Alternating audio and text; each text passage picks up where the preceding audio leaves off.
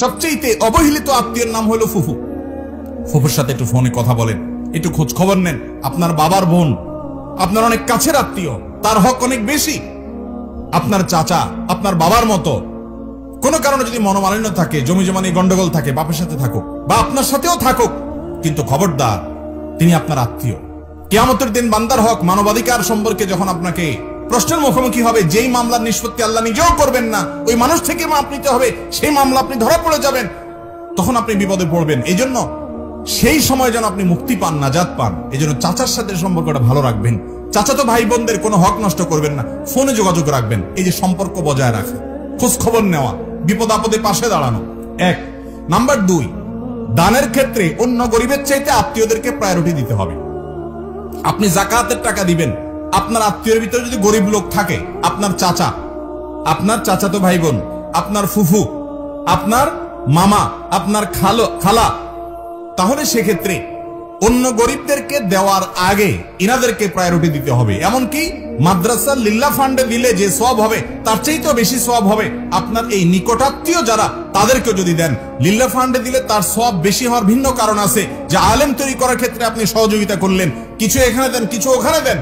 কিন্তু আপনার রক্ত সম্পর্কীয় আত্মীয়দের ব্যাপারে নবী করিম সাল্লাল্লাহু আলাইহি সাল্লাম বলেছেন, আস-সাদাকাতু আলাল মিসকিনি সাদাকা, সাধারণ গরিব মানুষকে তুমি দিলে একটা দানের সওয়াব পাবা। ওয়াস-সাদাকাতু আলাল আকরিবাই আও আলা যিল কুরবা সিলাতুন ওয়া সাদাকাতুন, আর তুমি যদি তোমার রক্ত সম্পর্কীয় আত্মীয় যাদের কথা বললাম, এদের মধ্য থেকে কেউ যাকাতের হকদার গরিব মানুষ হয়, তাদেরকে যদি তুমি দান করো, তাহলে সেই দানের কারণে ডাবল সওয়াব পাবা।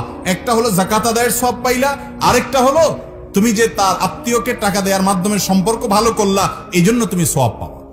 এই জন্য আত্মীয় স্বজনদেরকে দানের জন্য প্রায়োরিটি দিতে হবে। শুধু যাকাত বলে কথা নয়, এমনি হাদিয়া তোহফা বলেন, সাধারণ দান বলেন, আপনি আত্মীয়দেরকে আগে দিবেন। চাচা, ফুফু, চাচাতো ভাই বোন, ফুফাতো ভাই বোন এবং খালা, মামা, মামাতো ভাই বোন, দাদি, দাদা, নানা, নানি, ইনাদেরকে প্রায়োরিটি দিবেন। ভাই বোন তাদের মধ্যে সবচেয়ে বেশি।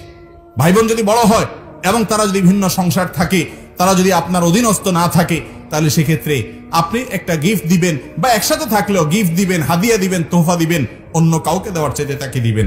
আল্লাহ তাআলা আমাদেরকে আমল করার তৌফিক দান করুন। তাহলে 4 নম্বর হলো আত্মীয় স্বজন, 5 নম্বর হলো সন্তান সন্ততি। এই সন্তান সন্ততিটা সিরিয়াল আরো উপরে উঠতে পারে, আমি 5-এ বললাম। যাই হোক, আত্মীয়তার সম্পর্ক রক্ষা করা বলতে কি বোঝায়? আত্মীয়তার সম্পর্ক রক্ষা করতে বোঝায় হলো যাদের সাথে আপনার রক্তের সম্পর্ক আছে, ব্লাডের সম্পর্ক আছে, আপনার শরীরের রক্ত তার শরীরের রক্তর কানেকশন আছে, এই মানুষগুলো হলো আপনার রক্ত সম্পর্কীয় আত্মীয়। তাদের সাথে আপনার সম্পর্ক রক্ষা করতে হবে। সম্পর্ক রক্ষা করা মানে কোনো কারণে তাদের সাথে সম্পর্ক ছিন্ন করতে পারবেন না, জায়েজ নাই, কোনো যুক্তিতে না। হ্যাঁ, কোনো আত্মীয় আপনার উপরে অন্যায় আচরণ করে, আপনি সম্পর্ক রক্ষা করতে গেলে উল্টা আরো চড়াও হয়, নানাভাবে ক্ষতি করার চেষ্টা করে, তখন আপনি আত্মরক্ষার জন্য দূরে থাকতে পারেন। এই ছাড়া অন্য কারণে আপনি আপনার রক্ত সম্পর্কে আত্মীয়ের সাথে সম্পর্ক ছিন্ন করতে পারেন না।